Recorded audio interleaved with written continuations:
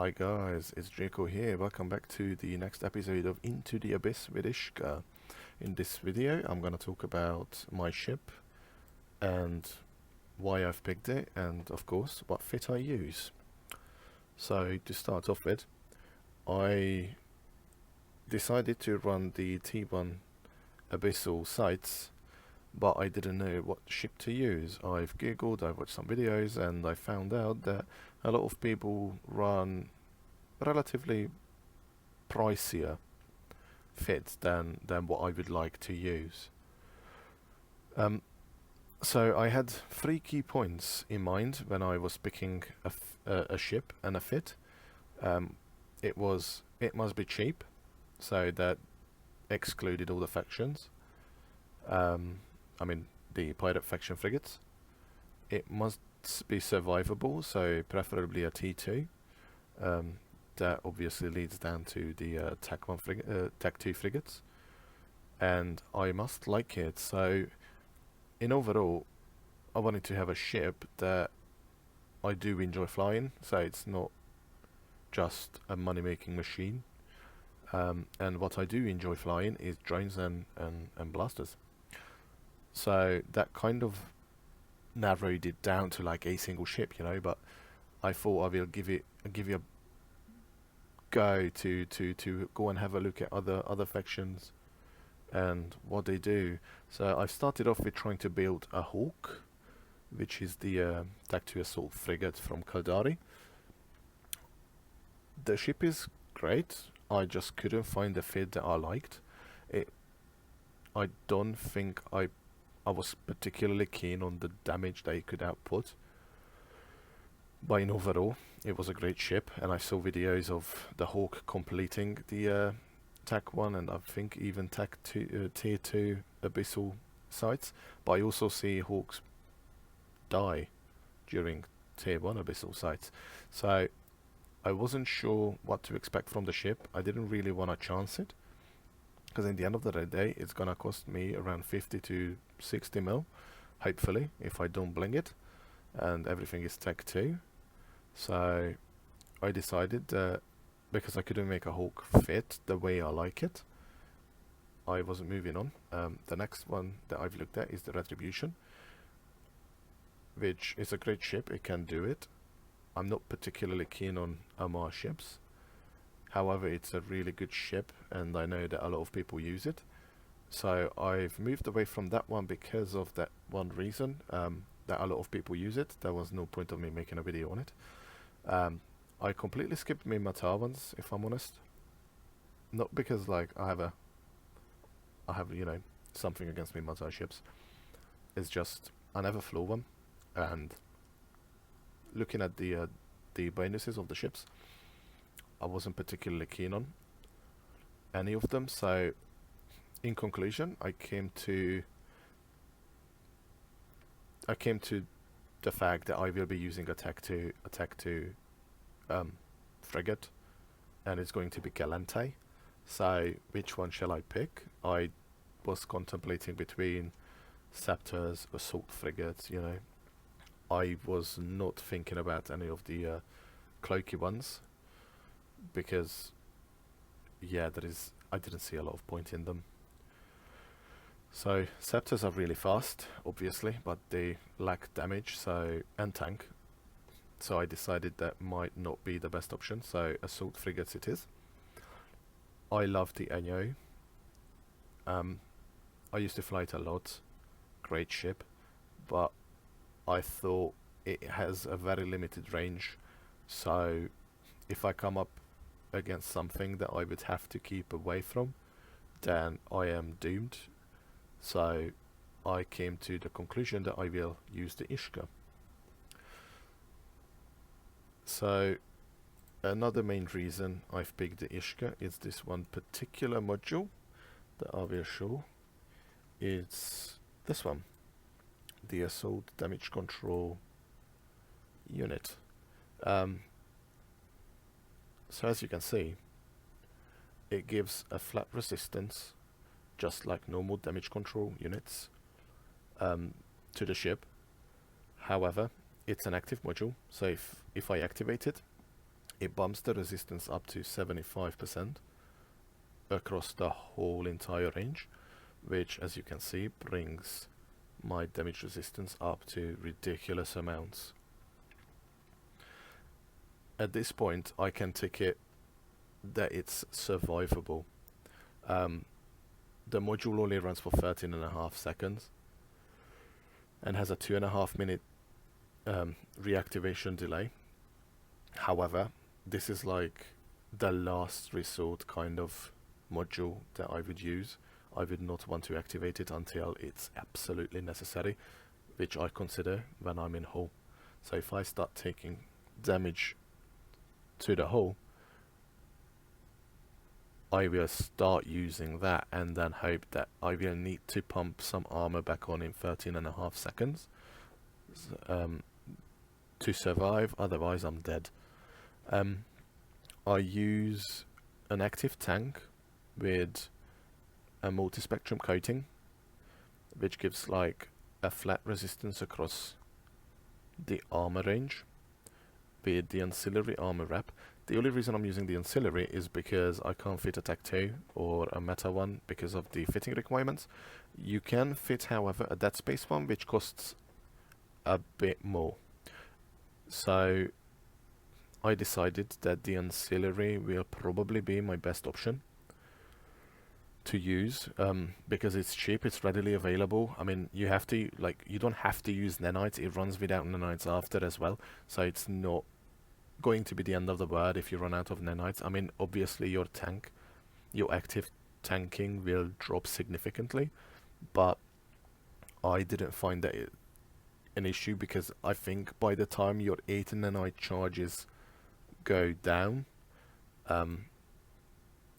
you should be taking out some of the DPS from the field to be able to mitigate that damage. So as you can see, the duration of one cycle is 4.8 seconds, so you have 8 times 4.8 seconds to reduce the field DPS. You can even overheat, but to reduce the field DPS to a point when you can actually tank it without the nanite charges. Obviously the reload time is 60 seconds. Like, if I have to reload mid-fight, I would die. So what I tend to do is I start wrapping only when I start losing armor. It depends how much damage I'm actually taking, so if you watch the other videos, you can see that I activate my armor wrap is around the same time. It's about 3/4 of armor. So at that point, I should be able to wrap it back. Sometimes I take it off, I deactivate it so it doesn't run out of charges, because I don't need to wrap anymore. But other times it was just running constantly even without the charges. I have the auto reload on, so every time I deactivate it, it reloads, so it goes into a 60 seconds timer. I know a lot of people they take that off, but I like it on because I will most likely forget to reload before the next pocket, so it comes handy. Also, I'm pretty solid on capacitor. As you can see in the simulation, it's stable, so that is because I'm using a cab battery, obviously, and there is a NOS on the highs as well, but overall I can run the ship in pretty much indefinite in terms of abyssal space. So even if I turn this off, you can see it's 10 minutes. If it runs out of charges, it's the same. If I use a different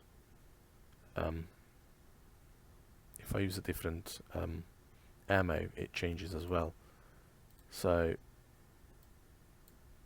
in overall, as you can see, I can reload to null and be still stable if I'm not being neutered.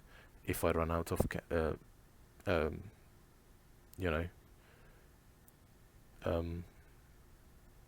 cap or something, because I don't know, I can't siphon anyone off or something. But yeah, in overall, I think it's a solid tank. It tanks decently so far. I went against the Tessera battlecruiser. That was pretty hard. I went against a Lashek, which reinforced the idea of using the Ishkur instead of the Enyo, because I ended up not being able to get in range to actually fire my blasters. I had to wait my drones to brawl him down. I was stuck at between 10 and 12k. I needed to gain transversal at that point from headbutting him to be able to survive in general. So that was a pretty sweating moment, I'm not going to lie. So moving on, as I said, I am active tank. It's important that I have my capacitor at decent levels. I last 10 minutes even with void, which should be a lot more than enough for one pocket engagement. If you're running 10 minutes on one pocket, I think you're dead in default. Maybe not if it's the last one, but I think you're pretty dead in default if you run 10 minutes in one pocket, and it's not the last one that is. So another perk to the fit is it's a permanent afterburner fit. So I do 815 meters per second. I just turn the afterburner on as soon as I land in abyssal space, and I do not turn it off until I come out. So what it does is it helps me mitigate some of the damage from bigger ships. They have hard time tracking at relatively closer range. I mean, I haven't had issue with dying yet, so 4 out of 4 survived. Happy days. In the meds, I also have a status webifier, so that was a contemplation between using something that will enhance my tracking or my drone tracking, you know, or maybe drone speed, but I ended up with having stasis web is a good option, because I can slow things down, I can catch up with them, because in the end of the day, all the drones, all the frigate size reds in the Abyssal will move a lot faster than I do. So if they start running around at speeds over, 800 meters per second, I cannot catch up. So they will have to come in within range for me to actually be able to apply my blaster damage, which is majority of my damage. So yeah, as I said, I run a NOS as well. That's just there because I can fit it, and I thought it might come handy if I'm a bit tight on cap. My rigs are 2 small explosive armor reinforcements. They are just there to plug the damage resistance gap on the armor. Without them, it is pretty low. That would hurt a lot. So I decided with Tech 2. Now this was a good amount of time in consideration of going Tech 1 or Tech 2. I would still be over the 60% goal that I had for overall resistance with the Tech 1, and obviously it would cost a lot less. But I decided that I will go with the Tech 2 and maybe on test server see if I can downgrade to Tech 1. However, so far I saw that some situations it was really important to have my resistance pretty high. So if I downgrade to Tech 1, that might mean that I will have to use my damage control unit more often, which obviously comes in handy in times, but then if I have to use it in the first or second pocket, I am a bit doomed for the last one, because it takes 2.5 minutes to recharge. So as you can see, this is the ship fitting costings. The most important, the most expensive is obviously the ship itself, and then the rigs, and then some of the modules. But compared to those, these aren't too bad in the end of the day. Yeah, as you can see, the rigs cost almost 2/3 of the ISK what the ship does. So it is a pretty decent investment. But at the end of the day, it comes down. I think last time I checked, I could buy this at Jita for about 55 mil with the Tech 2 rigs. And in the end of the day, it comes down to I'm still running a relatively cheap fit. It's only 55, 60 mil, you know, compared to a 250, 300 mil ISK Gila, which will need to have a lot more tank because its signature radius being shield tanked and a cruiser size, having so much bigger signature radius, the damage applied to it will be a lot more significant. So I think it needs more tank. So it can take more tank, and the Gilas are really tanky. I just didn't want to spend 300 million on a trial run to make, you know, 5 to 10 million per 20 minutes, which is not bad, but could be better, obviously. So, as you can see, my damage is 300 DPS with Hobgoblins and the Void. So, the tank, obviously, on the drones are not as good as it would be on a worm. However, the worm costs as much for the hull as much my hull fitting does. So this is why I picked no faction frigates, because they are great and all the tank I can get out of the drones is amazing, but in the end of the day, it's a frigate, it's shield tanked, so means higher signature radius. Missile fit, which is pretty good, probably an AB fit if I'm honest, but in the overall long run, I think it was a cheaper option to the worm to run the Ishtar, plus it's attack 2 resist hull, so you can't really go wrong with that one.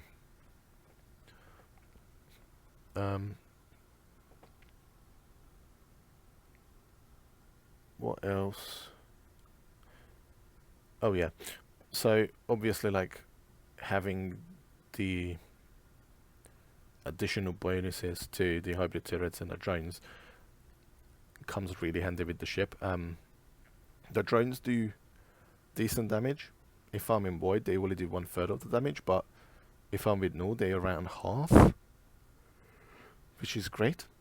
But also it gives me a good option to either kite it out or just go in and brawl it in at point blank range, which sometimes happens, sometimes not. So I did, when I went against the battle cruiser, I was taking heavy drone damage. I lost 6 drones in one pocket against the battle cruiser. Some of them were alphaed down, which I was not impressed with. And that was the very first pocket I actually recorded, so go enjoy and watch it.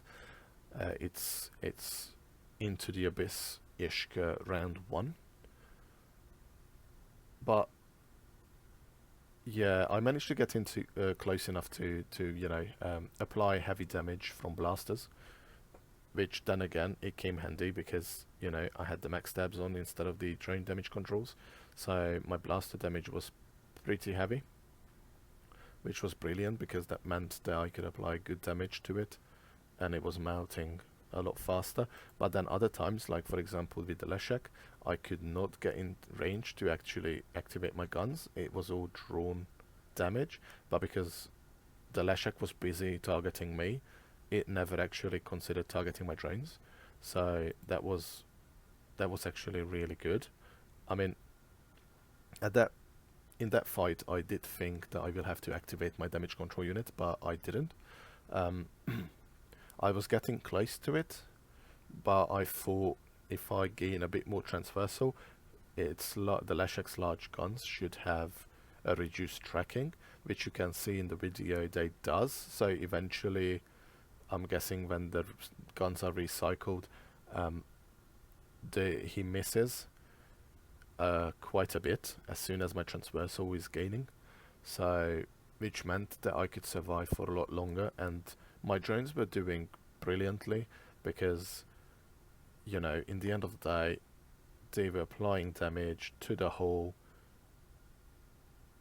full-on application, so it didn't have a lot of problems. The problem would have been if the Leshek starts damaging my drones significantly, because at that point I could have had enough time to brawl in, but I don't know how his guns would have applied if I'm at point blank orbiting 1,000 with an AB on. Hopefully not so well, but yeah. In overall, this is the fit that I use. Thank you for watching, and if you have any questions, drop me an email. That's me over there, so you can just drop me an email anytime. As you can see, I'm not actually running anything specific on implants to this fit. That CPU implant is needed for another tight fit of mine that I run missions in. But yeah, hope you enjoyed it. Thanks for watching, and fly safe.